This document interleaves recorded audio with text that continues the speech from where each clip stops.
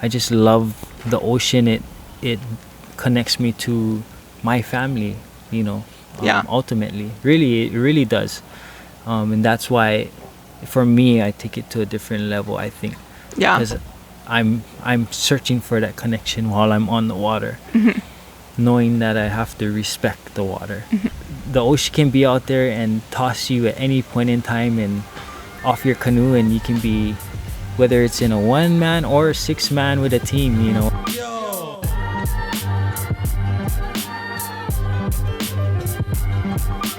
Hey, man.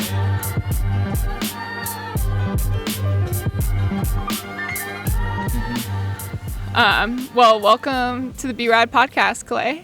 BeRad Podcast. Yeah, that's Here right. It's so good to chat with you. So you are a professional canoe racer. You still work, but this sport is new. You were 4th in the Olympic trials. Yep. Most of my listeners, I grew up in Hawaii.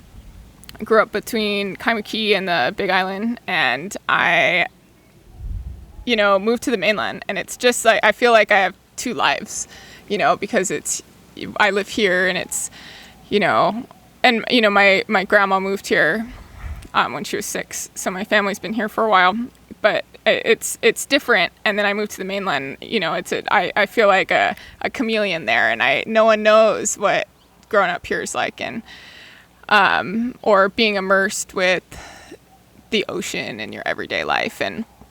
And as I was telling you before we started this podcast, like, no one knows even what canoe racing is, or like what it really means to be a paddler. So can you break down a canoe, a Hawaiian canoe, and then your canoe that you race in, and tell me how you got into it too? Sure. First off, Va'a is the name of canoe. That's the definition, Va'a. And a classic Hawaiian traditional canoe would be considered a koa canoe. And that would be in Hawaii Islands, a certain type of wood that you can only get in Big Island. I believe only now. I'm sure maybe certain other places too.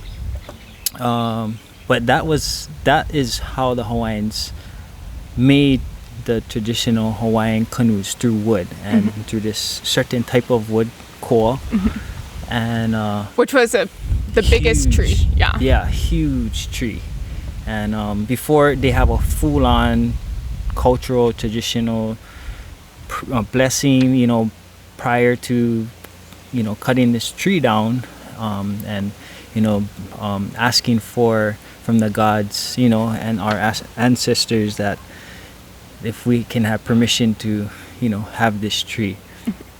And so that's from what I believe, back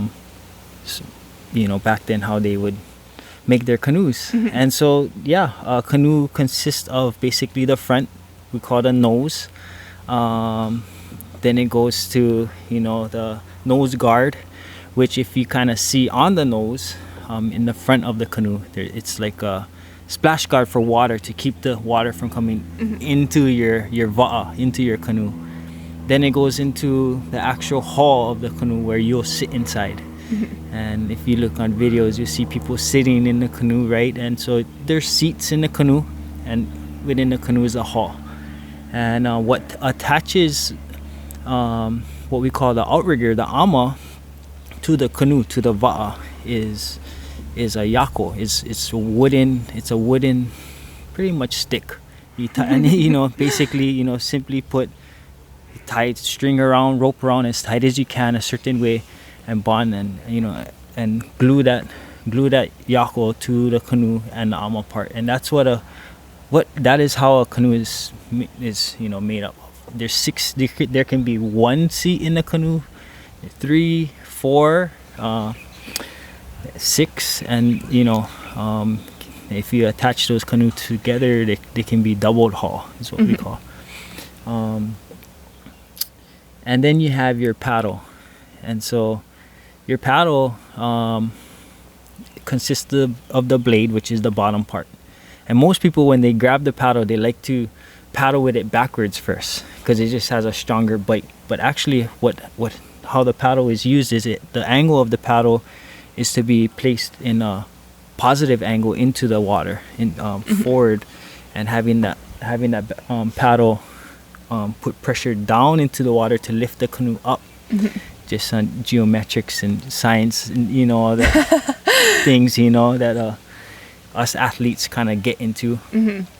And then with the blade, there's the part where we call the shaft, and that attaches the T.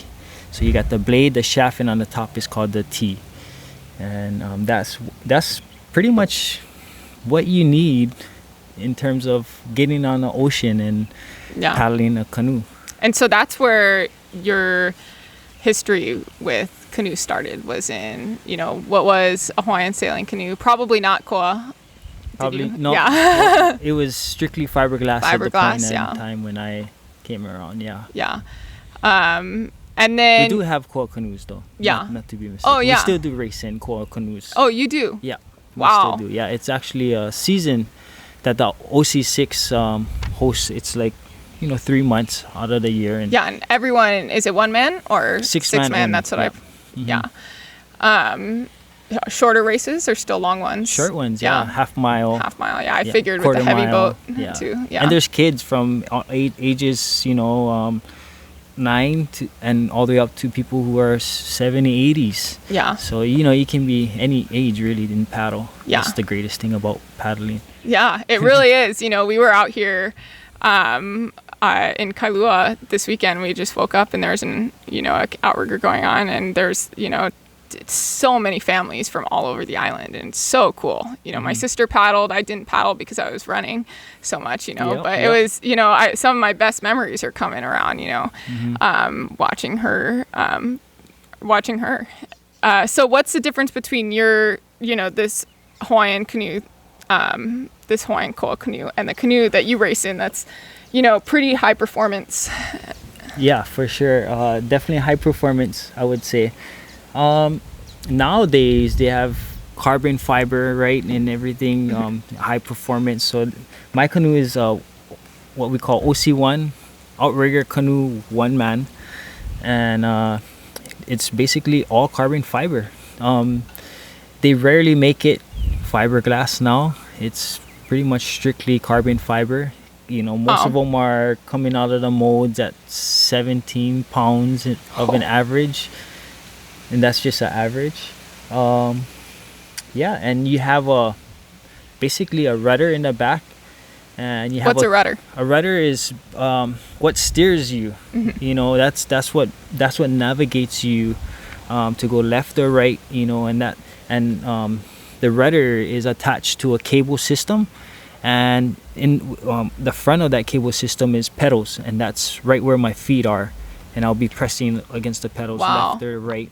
I didn't even realize these nice ones had pedals, and that's crazy. So do you use the pedals to steer too? Or? Definitely. Yeah. Wow, that's so wild. Yeah, and I also use my paddle. Assist. Yeah. And at that level, at a higher level, you'll know, but that's over time when you gain those experiences that you can be like, I can do this. I can steer with my paddle.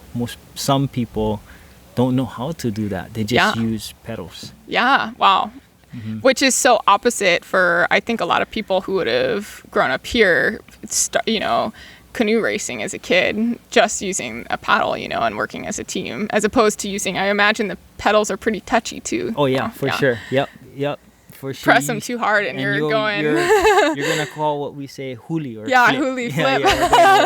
Going overboard. That's me every time I canoe surf. So, here in Hawaii, canoes have a huge historical presence and cultural presence. And I know a lot of it, even growing up here, I know a lot of it through Carson's family.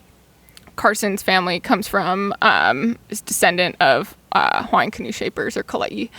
And can you speak on that significance of not only the canoe itself, but you touched on it earlier, shaping the canoe, how it brought the community close, and what it meant to, and what it still means to to Hawaii. Yeah, I believe that that's why we still hold these traditional type of cultural races with racing in the traditional koa canoes. So I believe that it does great for us Hawaiians, that are still here on the islands, wanting to practice our culture.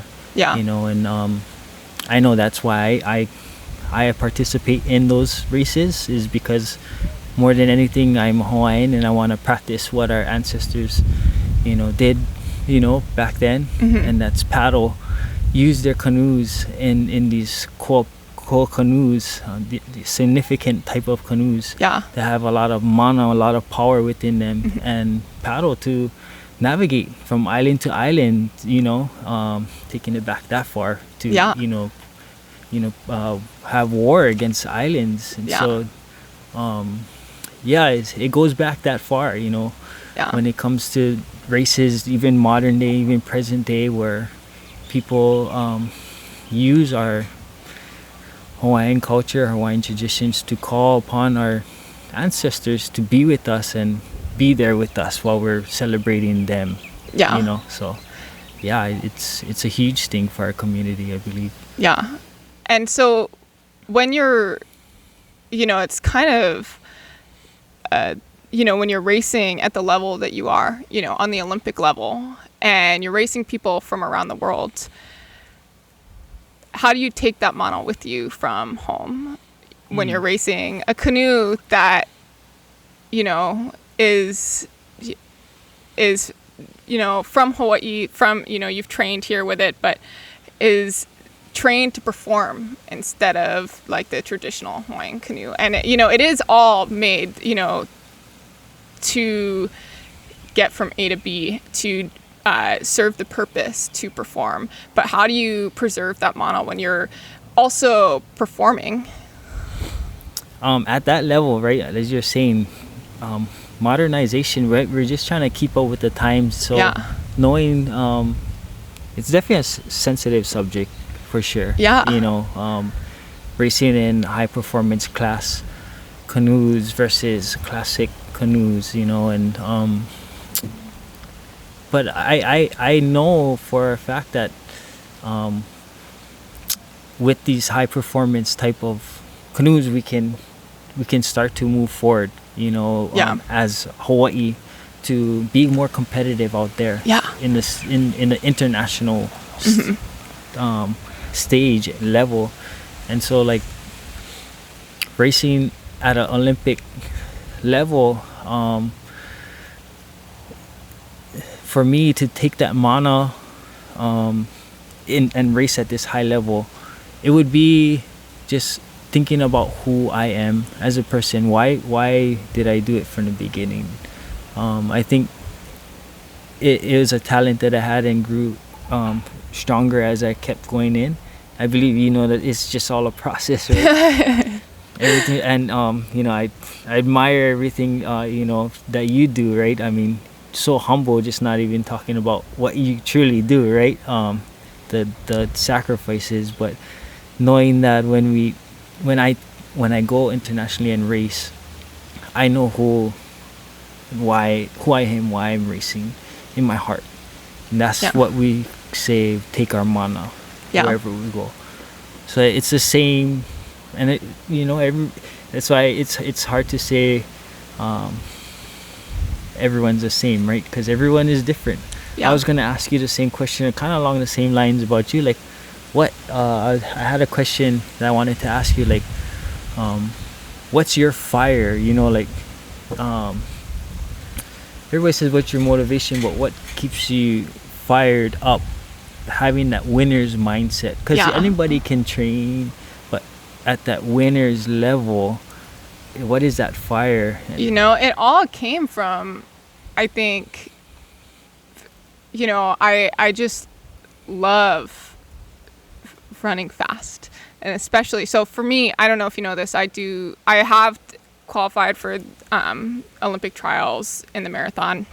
Have done quite well there, not fourth, but quite well, and that's on road, but the trails are where I've had cool, where it's that's had my heart. And it's been growing up here, Carson and I grew up together on the Big Island, and we used to just go running barefoot in the mud as fast as we could and felt wild. And like, that's where I felt my mono. That's where I felt the mono at the Big Island, and we'd just run, sometimes no clothes on, just, running in the mud and for hours, feeling wild and wonderful. And that drive, that fire. Yeah. It was, the Big Island, it's alive, and it makes you, and I feel like I draw a lot of that spirit from that and those experiences there, and from just the pure love of pushing my body in a place that I can feel connected to the earth and to the land and wherever that is. But sometimes I have felt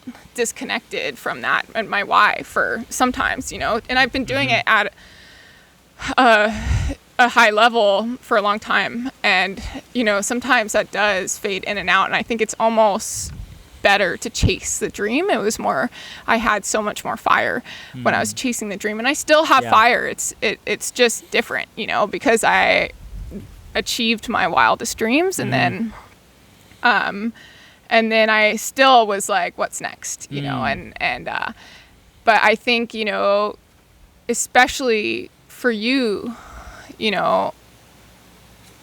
representing who you are and where you came from, in a sport that's so impactful. I think like you will always have fire, because you do, you are in your skin as a canoe racer, and I can see it, and that's really, really cool. Yeah.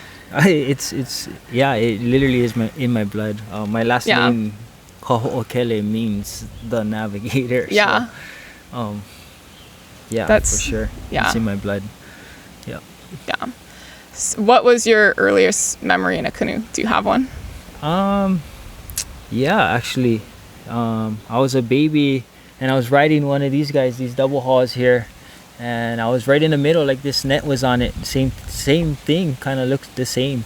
And I was just riding as a baby right in the middle. Everybody was paddling out right in Kualoa, going out by China. Oh, yeah. Yeah, and we're actually doing a actual traditional ceremony there. That's like my earliest memory of being in a wa'a. Yeah. And started young. I started in the womb for sure. Yeah. It's generational. Mm-hmm. And that's something, you have kids, and that's something that you imprint, and that's something that Carson and I talk about all the time. Canoes are so important in his family too. It's super important for them to preserve the Hawaiian in him, and especially coming from Kalei. And he, the only thing, he's like, when we have kids, they're going to be in the canoes before they can walk. That's the number one thing for him. Yeah, that's my daughters. Yeah, I bet. You're going to have some badass daughters. Yeah.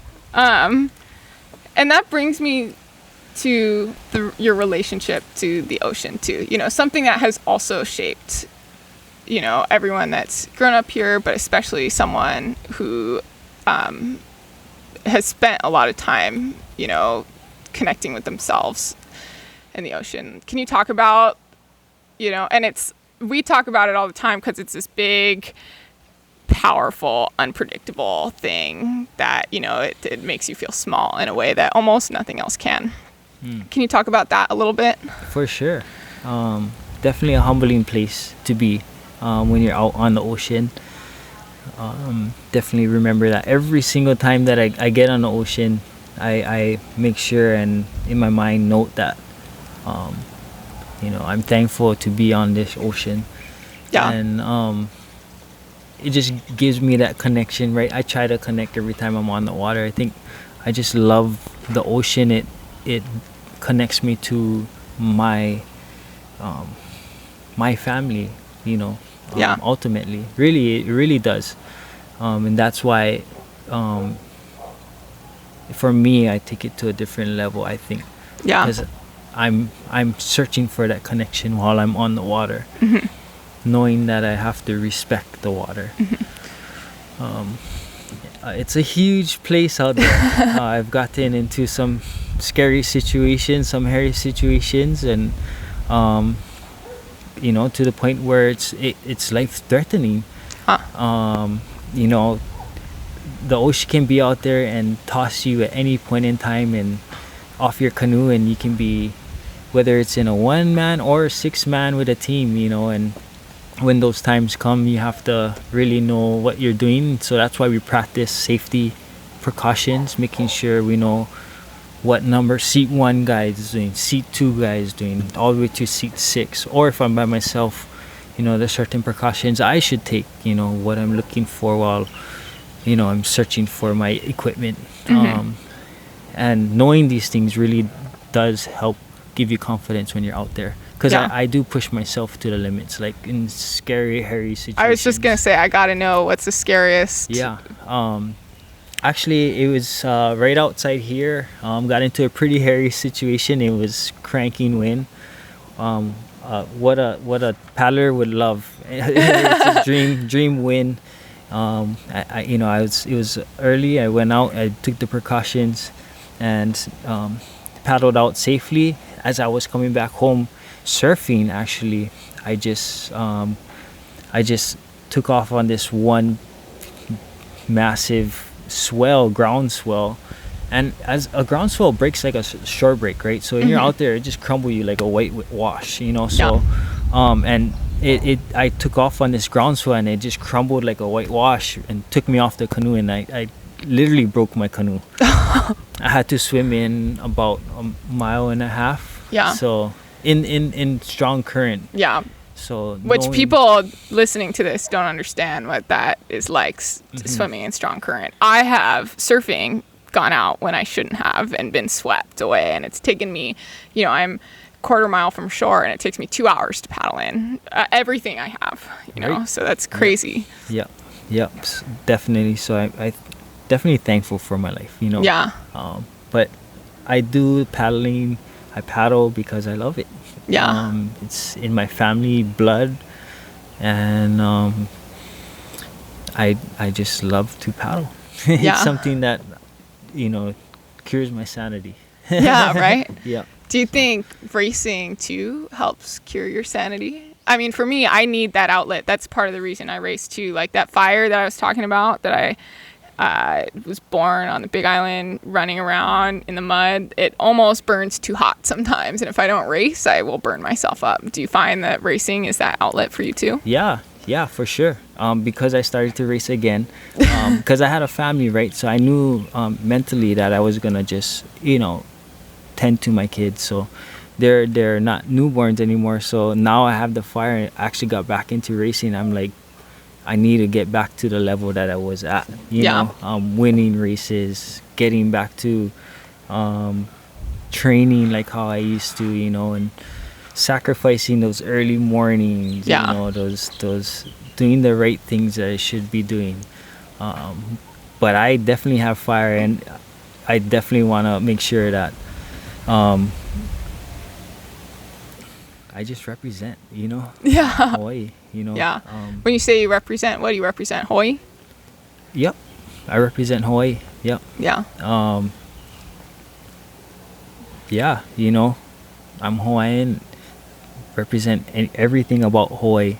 Yeah. When I go off island to international places, I'm from Hawaii, Yeah. This, I'm not me, I'm Team Hawaii, Yeah.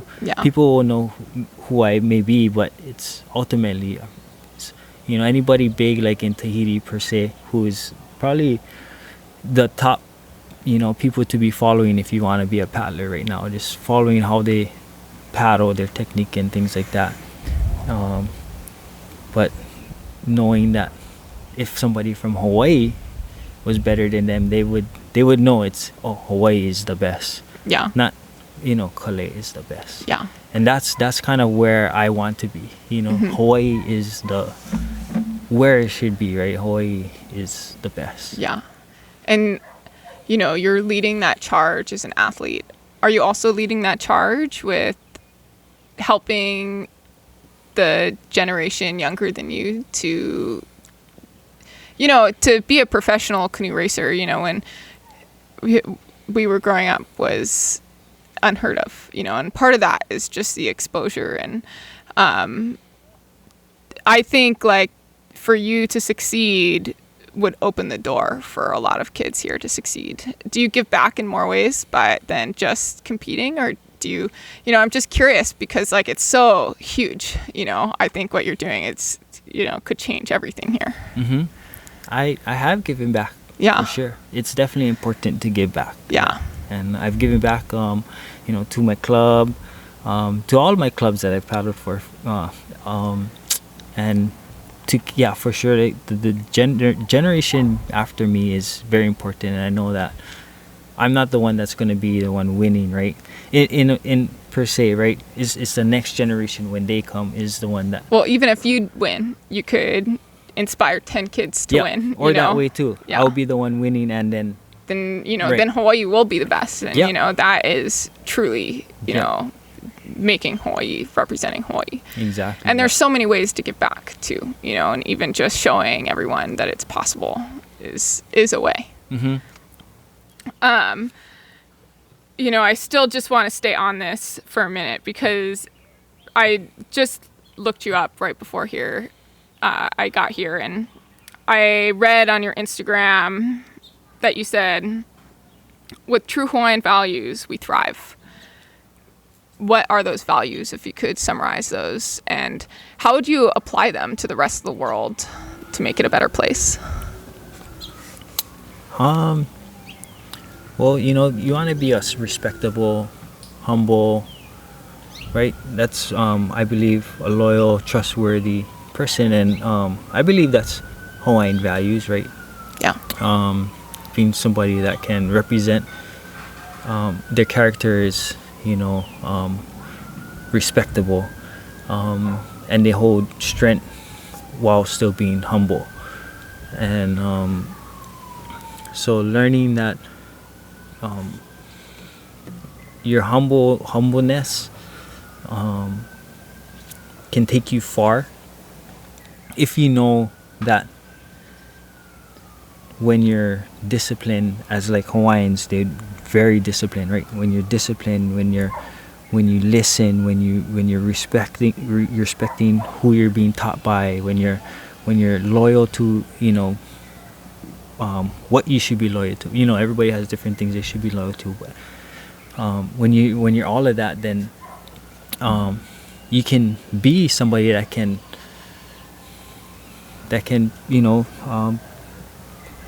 give back, like impact other people, right? Mm-hmm. Because in the end, I know that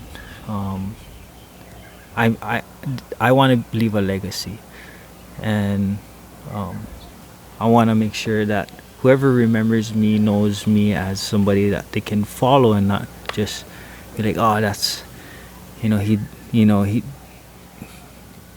I don't even want to go there, but I just want to be somebody that they can follow, and that I truly believe that within Hawaiian values, having these simple values, right? Being respectful, being loyal, these just simple things, but having the aloha spirit, right? Just showing kindness, right? And being just a good person, right? Yeah. And that's why I'm thankful to be here because I'm around good people. For me to be sitting in front of a professional athlete, truly, is humbling for me. So I'm very stoked to be here, to be talking with you. So thank you for your time too. But I think Hawaiian values can take people a long way. Yeah. And everybody, or not everybody, but some Hawaiians learn different ways, but in the end we all learn from the source, right? And it all comes with storytelling and everything like that, right? The mo'olelos, the storytellings, and learning from that, and just gaining and trying to be a better person so that we can leave our legacy behind us and have our kids have our next generation, not just our kids, but next generations, whether cousins, every all the next generations to come, they can kind of portray what we should have left behind, right? Yeah. I don't know if that makes sense. No, but it yeah, makes you know, sense. And it rung true, you know, being better than what we were left will make the world better. Something that really rings true too is, you know, loyalty to your people, to your community, but also to your duties as a community member and whatever that means. And you asked me too about my training earlier and like how I have fire. And that has been something too. Like even when it doesn't feel good, like it impacts someone somewhere when I am in this space, you know, just like even more so when you're in your space, you know. And like that I think is just so something that I have taken with me from my time here, and it's really amazing. And it's really amazing to see that consistency through athletes. You know, it's almost like an expression of example. Yeah, for sure. I feel like you definitely need to have some sort of like strength to be able to portray that example, right? In an athlete, right? At a high performance level, right? I have to assume that you need to feel like you wanna give that example back, right? You wanna have a good example for the next people to come.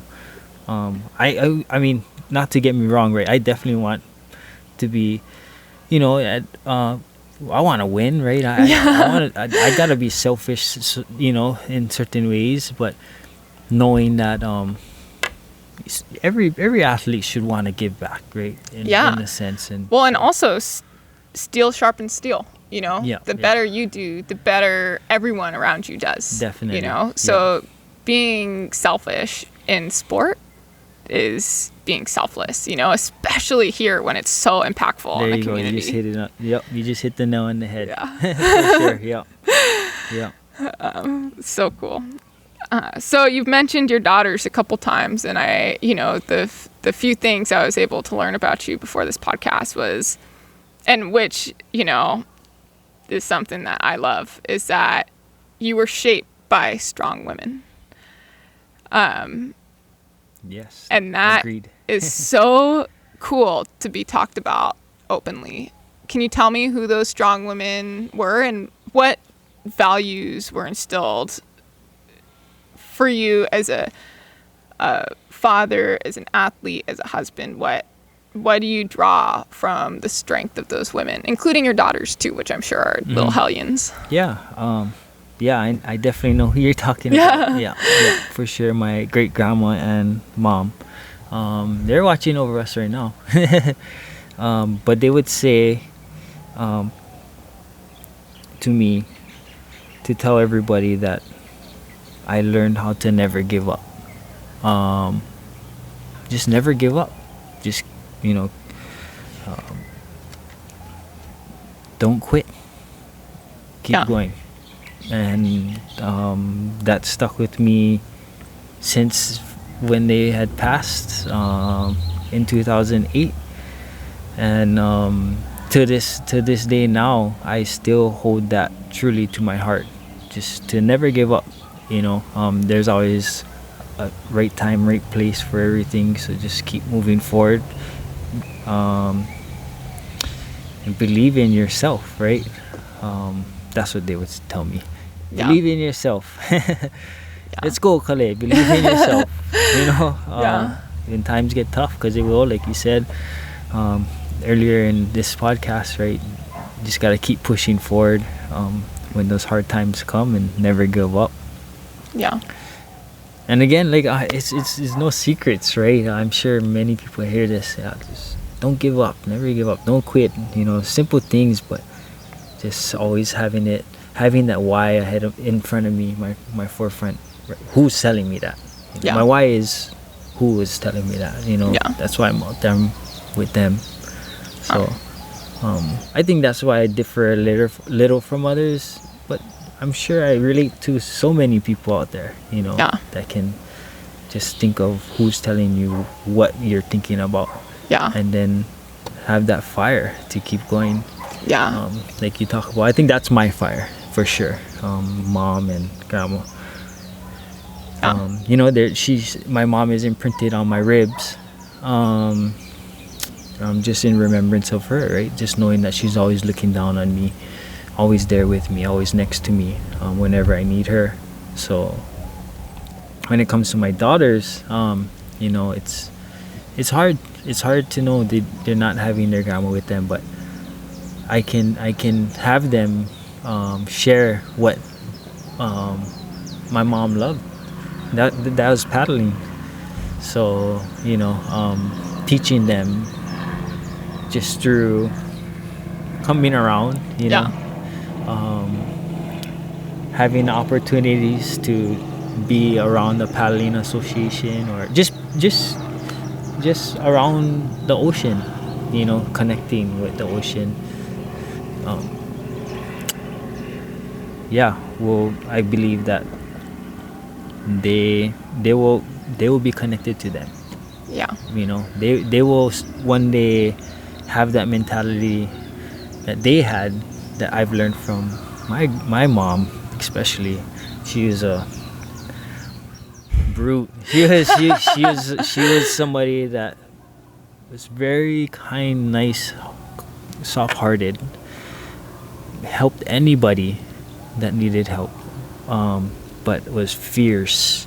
Yeah. Especially on the ocean, and I think that's where I get what I have from her for sure. Yeah. Wow.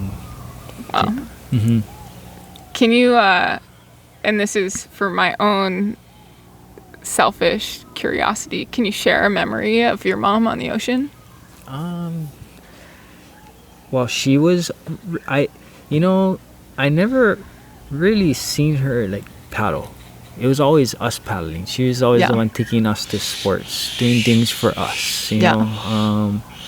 I never seen her paddle, but I do have just a picture in my mind that I always see of her paddling. I seen a picture of her paddling. She was in seat 1, she's setting the pace for everyone behind her, and you could just see how beautiful her technique was.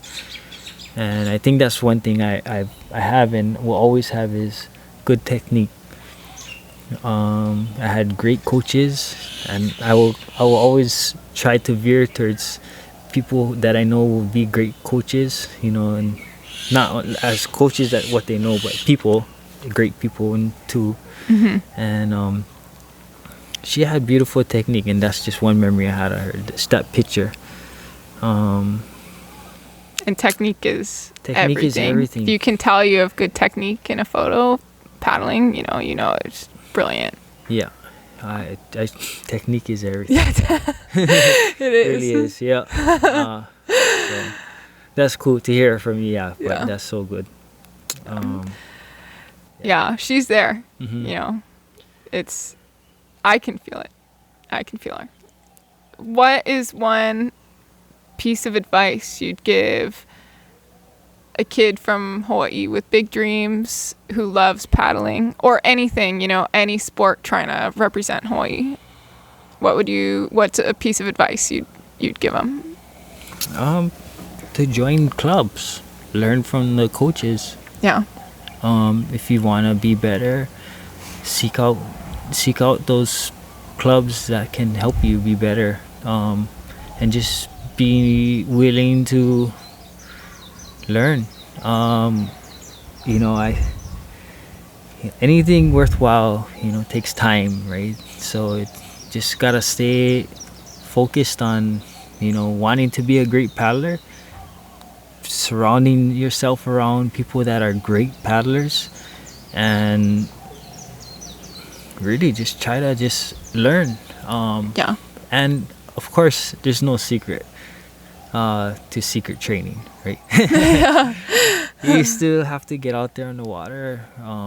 Do it a lot. Do it intentionally is what I tell people. Definitely, right there. Boom. Yeah. Yep. And I also tell people exactly what you said, the coaches, but also always surround yourself with people who are better than you. Definitely. And be okay with, you know, being the worst one in the group. Yep. because that is where you're going to get better. Yep. Yep. I agree with that for sure. Even if it sucks, even if you get a ton of shit, Yep. that's what you got to do. And that makes you better, you know, and that also gives you fire, I think, you know. Oh, yeah. Seeing really talented people do their craft is, you know, if you can get in the mindset to appreciate it instead of trying to fight it and try and be better, you know, then that is what's going to make you better. Appreciate it, see it, Yep. and then you progress. Definitely. Yep. Yep. Well, I asked this of all my guests before we go. This is my last question. And I got to say, I've just had so much fun talking to you. I've learned a lot. Same It's here. been really, truly amazing. This is out of my comfort zone, just to let everybody know. It takes time. You know, I signed my first pro contract in 2017. And I won this really big race. And this is after years of working towards it, you know, basically graduated high school with this one dream of making it as a professional trail runner. And professional runner, then came trail running. And this stuff, you'll get used to it. Especially, there's a lot of good people in sport too, you know, and it makes it easier to talk to. Definitely. I was super shy before, I gotta tell you. But my last question is, what is something that you are proud of that, you know, maybe people wouldn't otherwise know about? You know, something that you don't talk about that often that you are just fiercely proud of. Wow. Let's see. I mean, I'm definitely proud of where I am today, you know. Simple answer like that. No, but seriously, yeah, I feel like I am proud of where I am today. Everybody learns on the way. My journey is my own journey, and gambling, what I say, a professional athlete life, right? At the Olympic elite level, training at that level, day in and day out, and then coming home and starting a family and learning that. That's something that I feel proud of, because, you know, as an athlete, I never did see myself as a father. You know, it's so funny and crazy to say, but I laugh about it now. But yeah. No, you're telling me as a professional athlete who's, you know, thinking about kids in the future, I'm like, how? Right? So it's I am proud of myself for where I am today, you know, and to be able to see myself coming back around, what I used to love to do, and like felt like that was my whole true purpose. Now coming back around and getting into it, and seeing people that have known of me or knew me before, or only are meeting me now, just like seeing, you know, different faces, but just enjoying it at a different level, and wanting to get back to that top level. I'm proud of myself, like going through this journey and still wanting to be like hungry to get back to number one. So that hunger is everything. You know, it is for sure. Your mindset's on another level for sure. Not. We're on the same level, you know. And I really truly believe that the person who wins isn't necessarily the best athlete, but it's the one who wants it the most. And that's coming from me. I'm not always the best athlete. I haven't been, but I wanted it, and I see you want it too, and I know it's coming for you. Thank you. Yeah, I will receive that. You know, I'm definitely fired up right now. Cool. Good. And just pretty thankful for being here today. Speaking with you, Kat, and just knowing the person you are. I don't know too much about you, but at the level that you are at, just with the small things you've told me, I'm like, Okay, wow. We're talking about you today. Not me. How am I in this position right now? It's all, you know. But it is. I'm thankful for the people that surround us and helping us to be here today. And yeah, like I said, I just want to be able to represent. So yeah, just, you will. Thank you. Yep. No, thank you. I'm truly grateful you took the time today. Thank you. Right on. Yeah. Well, that's it. BeRad out. BeRad out, guys. Thank you guys for listening. Yeah, thank you so much. Gee. Hello.